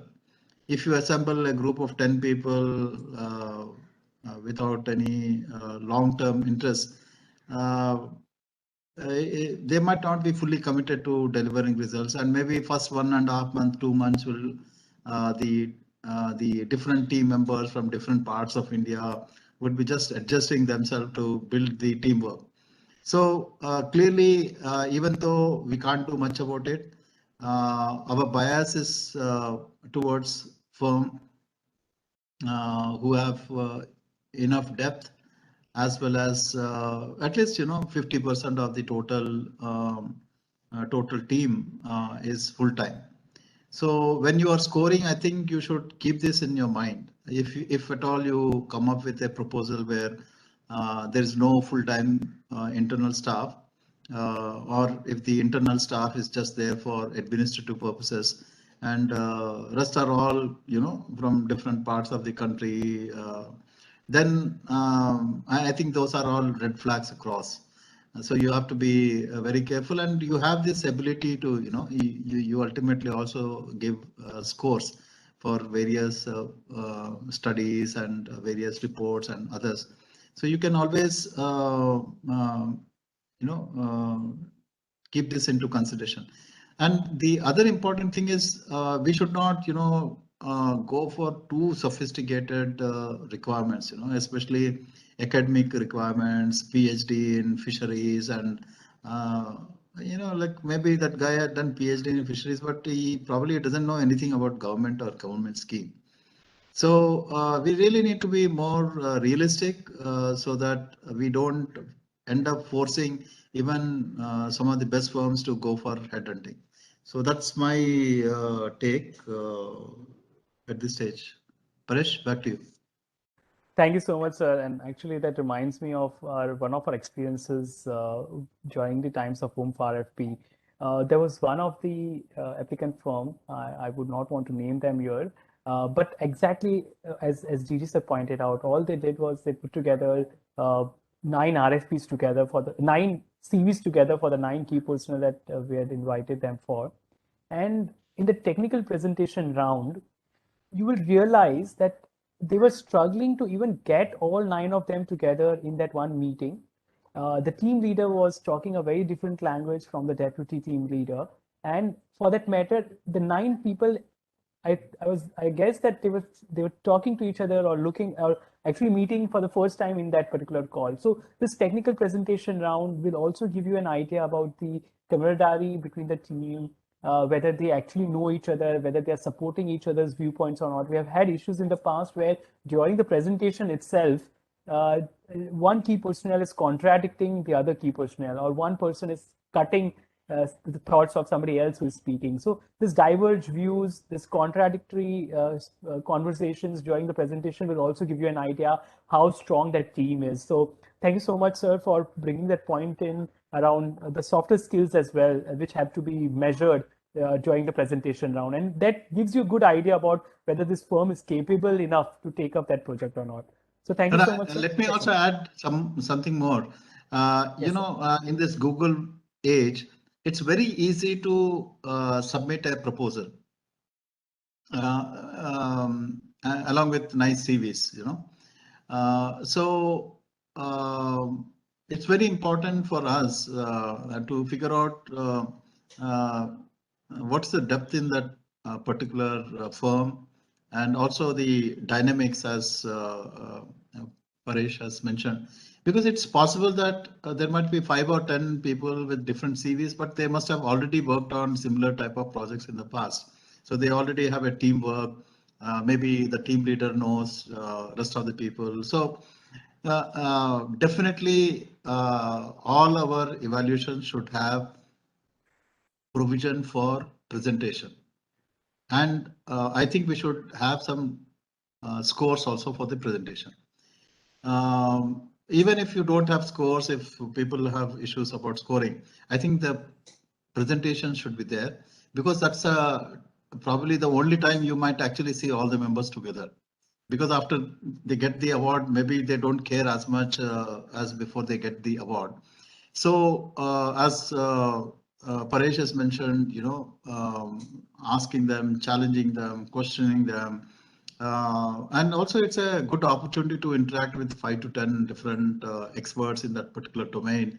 And once you talk to 5 or 6 of the proponents of that particular contract, you gain a lot of knowledge.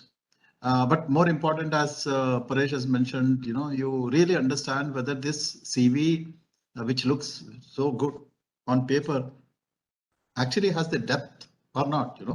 Whether then you can really ask questions on methodology, timelines, and actually figure out how serious these people are.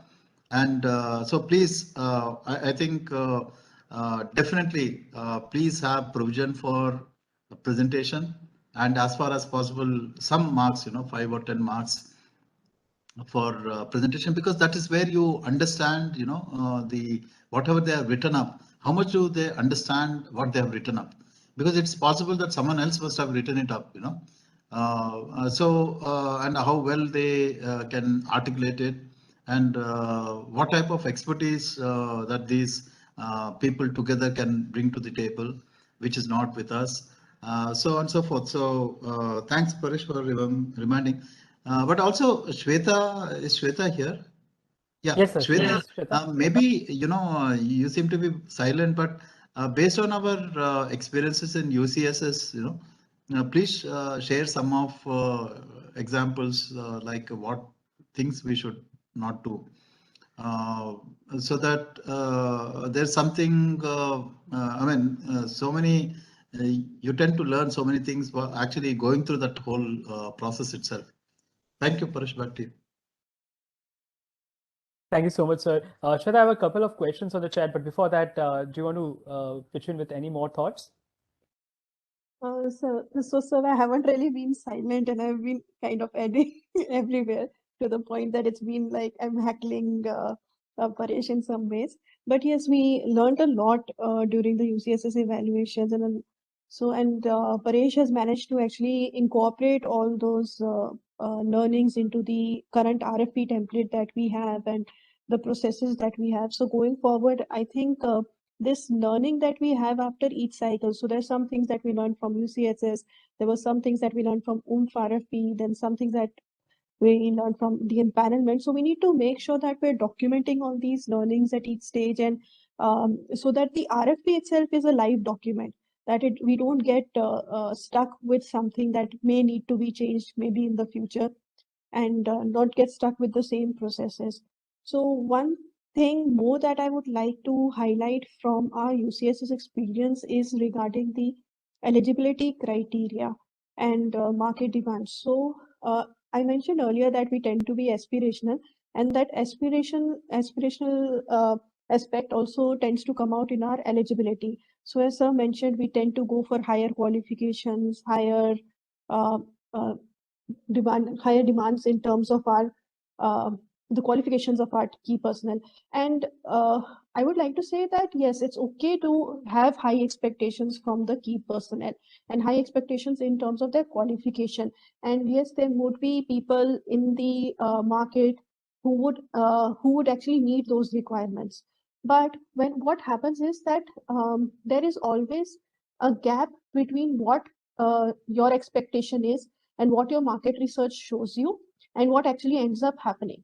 So I've seen this, I think, in all the previous RFPs processes that we had, that when we are having a pre-bid conference, we get a lot of interest from a lot of companies. But when it actually comes down to the final proposals, the number of proposals that we receive is actually less, because when even the teams, they go out, they need to, as sir mentioned, do a lot of headhunting, and they're not really able to fulfill that criteria. So the eligibility criteria is something that we should look at as a basic filter, not the prime filter, as I should say, but so that we are able to generate enough competition to get enough proposals.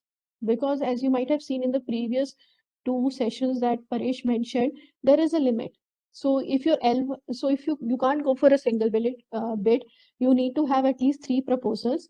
And by the time, if you apply very strict eligibility criteria, I think at your eligibility stage itself, you'll be left with only 2 or 3 organizations. Then you'll be struggling to find a way to make sure that they clear the evaluation criteria. So you don't want to be in that situation. So your eligibility criteria is like that net, which should get all the, which should filter out all the fly-by-night operators, but should get all the, it should be minimum quality criteria, not the aspirational one. And the aspirational criteria you can then apply in your scoring, so that somebody who has a PhD, and if somebody and they're being put forward as a candidate by a particular company, they get higher scores. So look for quality, highest quality at your evaluation criteria, but for the eligibility criteria, just try to filter out the fly-by-night operators.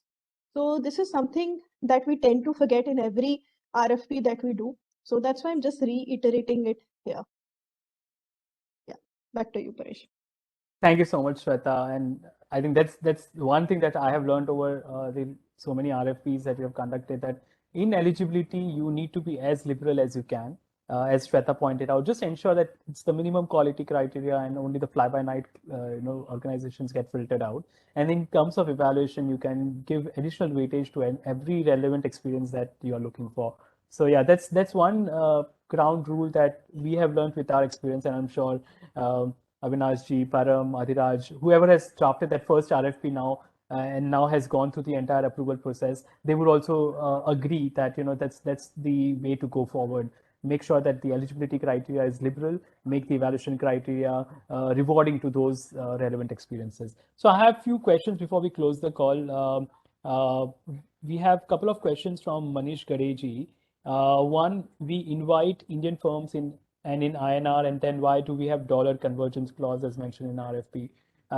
So Indian firms is a criteria that we have kept for ourselves. So tomorrow in any RFP, if we are looking for, let's say, blockchain, artificial intelligence kind of requirements, and if you for some reason feel that this might not be fulfilled by Indian companies, you might actually remove that criteria for Indian firms.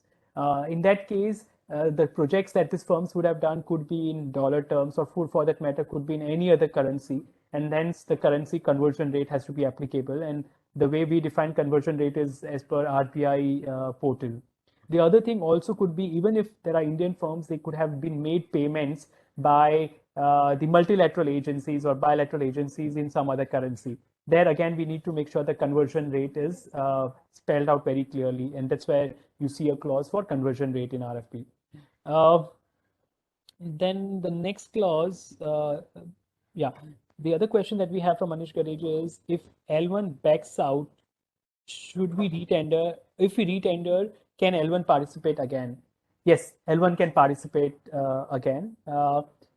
If at all, okay, so there are 2 clauses in the RFP. One, if L1 backs out for their own reasons, right, then they are debarred. Then they are debarred not just for this RFP, they are debarred for all the future RFPs for a certain set of years. I think it's 3 years or 5 years. I'll have to go back to the RFP, but they are debarred from participating again for any other RFP, not just this RFP. But if L1 backs out for any other reason, let's say the authority felt that L1 proposal has to be rejected for some reason. Let's say the financial proposal was deficient or whatever could be the reasons. In that case, if it was not the fault of the L1 applicant, then, and if they are not debarred, they can also reapply when we go for retendering. I can give you an example. Deloitte had quoted, Deloitte was the who emerged as L1 in UMF RFP, but the rates were too high for us to actually take it to the award stage. Hence, the L1 had to be dropped. And if at all we would have gone for retendering, then Deloitte would have been eligible to apply again. Whenever we go for retendering, what becomes important is all the learnings that we have from our first tender has to be incorporated. So the feedback that Deepak was talking around key personnel requirements, eligibility criteria, evaluation criteria, number of key personnel, we can't have 9 or 11 as we had it in UMF RFP. So those kind of conditions have to be addressed before you go for retendering. So Manishji, does that answer your query? Okay, then I have a question from Himanshu, and probably that would be the last question for today's session. How to justify the proposal scoring which is based on something which is not specifically mentioned in the evaluation criteria and has an element of subjectivity, for example, opinion, judgment on lack of methodology, knowledge among the applicant during bidder presentation. Very good question, Himanshu, and we'll talk about this in far more details in the next session when we talk about the entire open tender procurement process and how we need to make this whole process as objective as possible, as transparent as possible. So the point that you're mentioning here, any criteria that you're going to evaluate a particular proposal on has to be laid in the RFP. That's the golden rule. If there is something which is not mentioned in the RFP, later on you start scoring them, that's not justified, right? We have had cases in the past where the subcommittee started scoring a particular proposal on parameters which were not even mentioned in the terms of reference or in the RFP. And on those occasions, PEC had to ask the subcommittee to go back, look at the RFP as the binding document and only evaluate based on that criteria. So first part of your question, anything which is not mentioned in the RFP cannot be used for scoring. And the second part around subjectivity, example, opinion, judgment, there will be some subjectivity. So for that matter, presentation round, or when you look at quality of assignments, there is some subjectivity involved. The way we address that subjectivity is we use law of averages. So each of our proposals and each of that criteria get evaluated by 3 people, and the average of those 3 people is considered. And if there are huge deviations, so once each of the individuals have scored the proposals on that particular element, then the 3 talk to each other and see if there is huge deviations from each other. So if somebody has rated a proposal as 2 and somebody has rated a proposal as 10, we encourage that they talk to each other and agree on, let's say, what are those, we don't want them to converge to a common number, but we at least want them to discuss and call out the positive points and negative points. So we use law of averages there. We use 3 people to score a proposal on every element, and that allows us to address that subjectivity in some form. And we also address standard deviation in some form there, where we don't see huge deviations in the marks between the subcommittee members. Shweta, go ahead. Yeah, so just to add to what Paresh said about the subjectivity aspect, so even when we're looking at methodology or your presentations, so in the case of UCSS, we actually made a 1-page guide as to what the scorers should be looking at when they're looking at the presentations. What are the kind of information that they should be looking at? What are the kind of questions that they might be asking? And so we gave a short guide to them as to how to go about the entire scoring for that particular component, so that even when they were being subjective, there was it was on a set of parameters, fixed parameters. So then, because when you have a fixed set of aspects that that all the scorers are looking at, then when you sit down and score, then what Paresh mentioned, that your averages, they come into play, and that kind of reduces the bias. Thanks, Shweta. I know we're on top of the hour, but I wanted Adhiraj to talk about his experience about, he evaluated our most subjective Form 7 in terms of empanelment of survey institutions. Adhiraj, you want to talk about how did you manage subjectivity there, and how those questions help make it so objective? We had 7 questions, all checkbox related all responses. multiple choice Adhiraj? questions. Hello, can you hear me? Hello? Yes, Adhiraj. Yes. Please go ahead. Yeah, they were all multiple choice questions with clarifications given for only when they ticked other did it lead to complications where we had to verify whether the other thing that they had selected, for example, types of interviews they conduct, CATI, CAPI, etc. And then there was another. And when it came to the other, unless they filled it up, we did not score them because we didn't know what the other instrument that they used was. That was the only subjective component. The rest was all objective. Does that clarify things? Thanks, Adilal. So that's the point that we're trying to make, that make all your criteria so objective that you're left with limited subjectivity while scoring, and everything as far as possible, please lay down in the RFP so that the applicant firms are aware of what they will be scored on. So that's probably, yeah, Ruhani, go ahead, please. So once we are done scoring, is the authority under an obligation to give them an explanation that these are the grounds that we scored all these firms on? So I don't think we need to furnish an explanation to them. Okay, we'll do everything objectively and everything, but are we under any specific obligation to give them an explanation that these are the grounds on which we evaluated you on? So the grounds on which you evaluated are already laid down in the RFP. So there's nothing new that you will be adding later. What you might probably adding is more details to the same evaluation. So 70% marks to the size and quality of assignments. Probably what Shweta was talking about, the granular details. We are not under any obligation to talk about every granular details. As part of manual for procurement and other consultancy and talking about GFR, we need to publish the technical scores. So that is an obligation that we have. But in this RTI age, any applicant can file an RTI and get to know every component and every marks that they've been scored on. So that's the other angle that we have to keep into perspective when we are scoring. At any point in time, these results could be made public. Okay, thanks. Okay, so that is all I had.